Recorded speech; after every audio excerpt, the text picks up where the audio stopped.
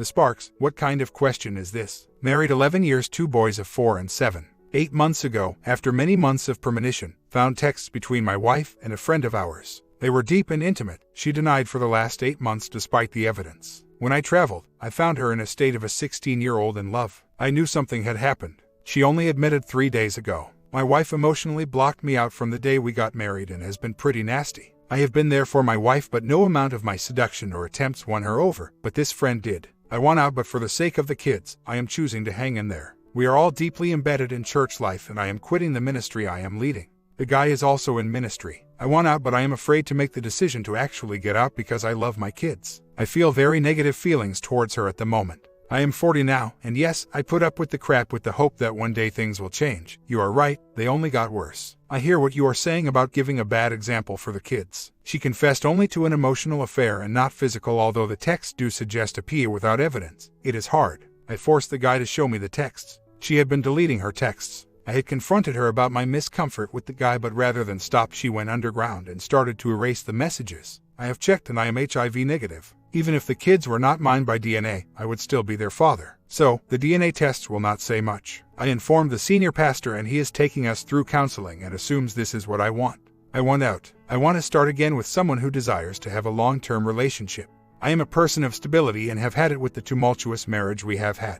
The key principles I pick from here are: 1. Do not be a doormat. Be firm, assertive. Thanks, I think I was spiraling down emotional vile. Anger and the like. 2. Expose the affair. I have been trying to guard our reputation. Clearly it was not working and was causing me more anxiety. How do I expose without washing my dirty linen in public?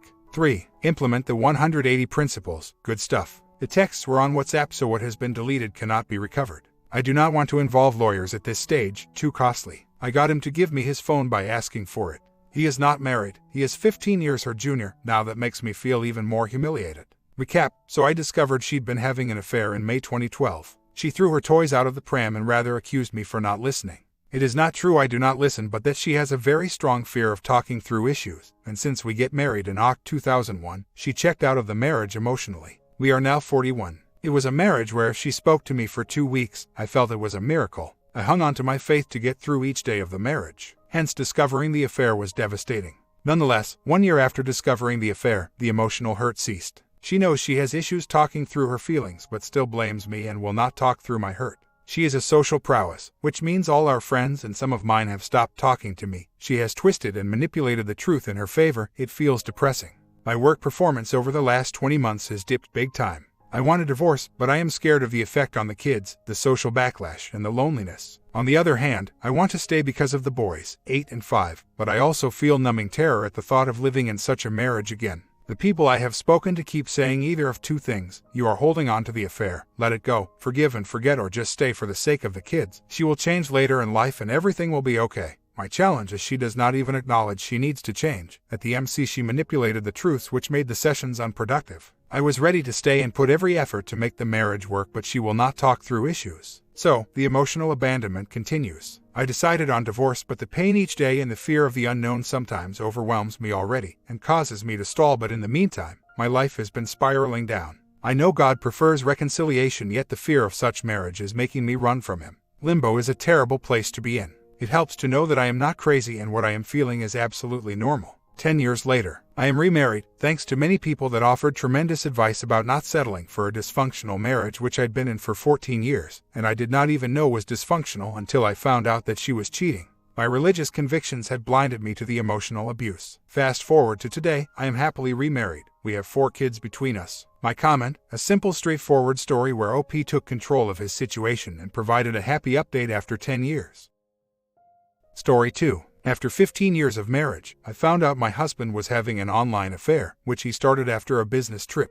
During the 2 months of his betrayal, multiple plans were made to meet in other cities, lives elsewhere. He claims they never actually met again, and he had the nerve to tell friends and share her inappropriate pictures. A badge of honor for a midlife crisis man. And he became a we, and he actually talked about her at home. I trusted him so much, so stupidly, that I actually believed he was just interested in her poor tragic life. I don't know if they ever actually slept together, but the emotional betrayal was so overwhelming that after 6 months of coping, I'm still very shaky and in shock.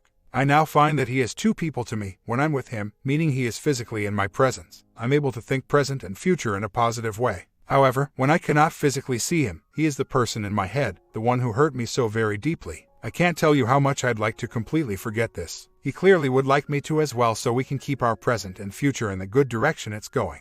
I call it his win-win situation. He gets to be disgustingly, seriously, enticed by then gets to end it only to have his relationship with me blossom. I think part of me is afraid to forget, afraid that I'll get hurt again. It wasn't his first time, the other was completely different, but still unbelievable and painful. I found out about both just 6 months ago when he completely opened up. This forgetting business is very difficult. I'm afraid I'm in the numb confusion for a long time to come. He was having an EA which nearly crossed to physical, unless it did, and I don't know. We are in a much better place now. But what disturbs me is that I know he looks back on the in a more positive way than I'm comfortable with. She was crazy about me, and if it weren't for her, then we never would have been able to repair our relationship. We needed a jolt. I am just sickened at the thought that though he is sorry for hurting me, he doesn't look back at her in a more negative way. Oh, did I mention that she's a near prostitute that sent naked pictures of her private parts while she asked him for professional favors, and that a mutual friend who witnessed elements saw through her from day one? How can I put a different historical perspective in his mind? Or should I not bother? Does it make me look pathetic? Recently he started getting very stressed again. Work, kids, money, the usual. He is starting to get a comfort level with me again and feeling the urge to stand up against being made to feel guilty when all he wants is some peace to get his work done. It's complex, but he has an extremely stressing job, and I used to be much better at giving him his space. That was until he abused it by having his now. I'm finding it very difficult to give him that space. Literally feeling a sense of neediness, clingy, and now complete anxiety. I hate this feeling, and he is falling back into his stress pattern of making me his emotional punching bag.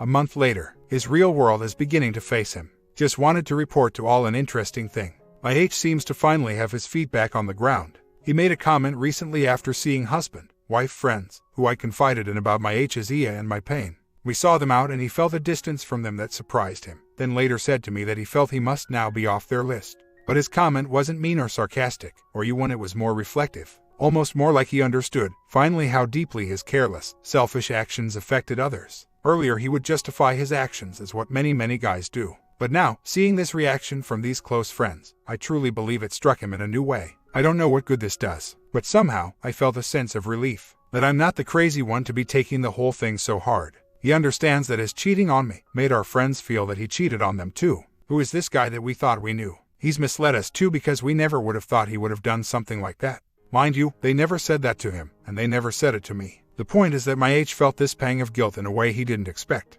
Why am I sharing this? I guess because if anyone out there is wondering if they should tell other friends versus keeps it to yourself, I say share with friends, mutual friends. It's hard being the one cheated against, pretty embarrassing, and I felt so ugly after. But now, I'm glad that I didn't hold in a secret that would have just ruined me. Hope this is helpful. Few weeks later. So, my had an emotional affair, and when he was working on coming clean, we had a night of complete honesty. He was humbled and broken to the core, and revealed not only some details about this affair that I needed, but also confirmed my suspicions from a totally different, but very much the same affair from about 10 years ago. That night he revealed a lot of very humbling and private information that he never thought he would have to face again. Then, the next day, after more than a few drinks at a party, both of us, we had a huge fight. It climaxed with him saying that it was over and that he didn't love me anymore. He was really drunk, but he looked me in the eye and said, "Nope, nothing. I feel nothing for you anymore. You are a single mother and I am a single father. I'm calling my lawyer tomorrow." All this was said right in front of my 10-year-old son, who pleaded for him to take it back.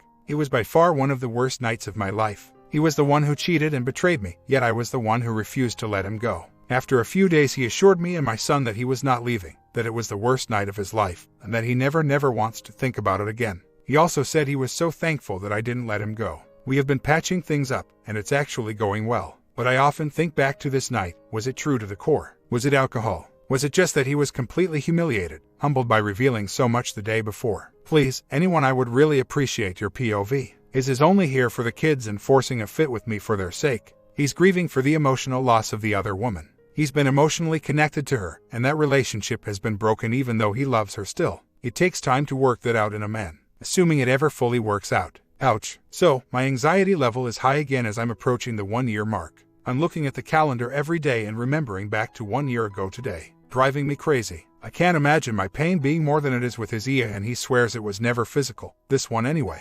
He had a physical one before, which took nearly 10 years for him to admit. I'm so afraid, almost assuming the worst because of the past, that I will someday find out that this emotional affair did also have a physical component. Has anyone out there gone from a pain to physical realization? Was the pain even worse? Or were you already so broken that it didn't matter? I'm trying to decide how far to push to get to what I feel is the truth, versus not pursuing it and living in ignorance for my and his sanity. Something inside me tells me I don't have the full truth yet. But is it better to just let it go and not seek the truth? I know the OW is way out of the picture, and he's been wonderful, loving, everything, except for this not sure if he's telling the truth business. I'm not worried about the future, but I do feel there is more to the past than I know. How important is that? I don't have proof. He was in a crazy scenario years ago and denied. We moved and that was over, but then when this came out, he also came clean on that past bit 8 years later and confirmed what I believed then to be true. It was physical. It took him 8 years to tell me, and I asked not many, but across the 8 years. Even asked the night he finally came clean. I guess inside, because I know he is capable of holding back for that long, I'm just waiting for this other shoe to drop in the years ahead. I just don't want to wait that long this time and feel like an ass again. But, as you say, he could very well be telling the truth. And besides the fact that he won't talk about the past, I'm so over that. Says he's actually been the most wonderful person to be with. The person I met many years ago, trying to let it go. So not easy. It was 1 year ago right now that this most recent one started.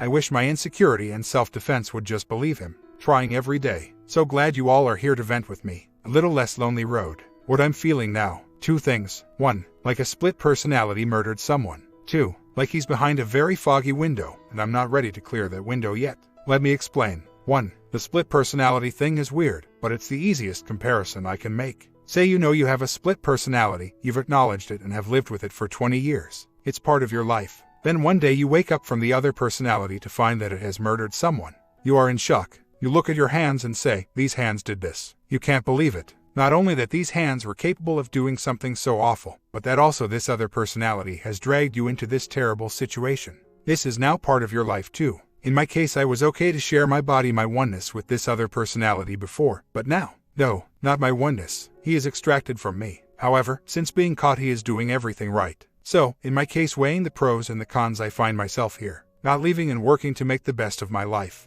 Will he ever be able to share my oneness again? Doubtful. Today I would say no. We might be together forever, good relationship, good bonding, even good friendship. But he's no longer part of me. Number 2, the foggy window. I'm allowing myself to not find answers right now. I'm okay with not sharing oneness but being here. But what I can't do is clear that window. I see his shape, his essence behind it. I know he's there, and he's being kind. I do not believe I know every betrayal. I do not trust his confessions about the past. So, I quite frankly don't want to see him clearly right now. If I clear that window, I feel I'd be forced to see him fully, the good and the bad, and I can't do that.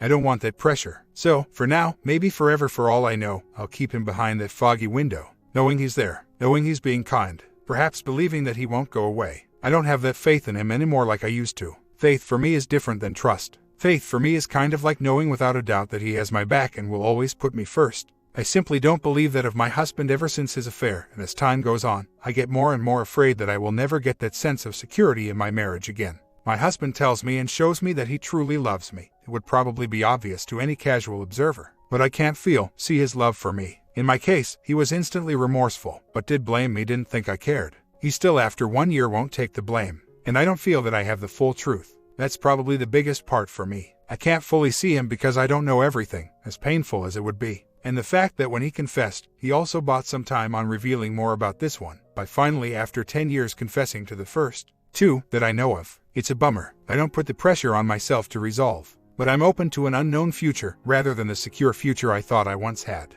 Now, my unknown future could be that I do figure out how in time to believe him more, or I'm swept away by a powerful surge of love and compassion and honesty from elsewhere, the legitimate way. No one knows what the future holds. Half a year later, we're on a different path and I live hopeful that that phase is behind him. Reads like I'm an idiot, but it's a loaded situation and not what this post is about. I'm writing because I'm incredibly lonely. He has to travel. His last happened around the travel, and right in front of me texting.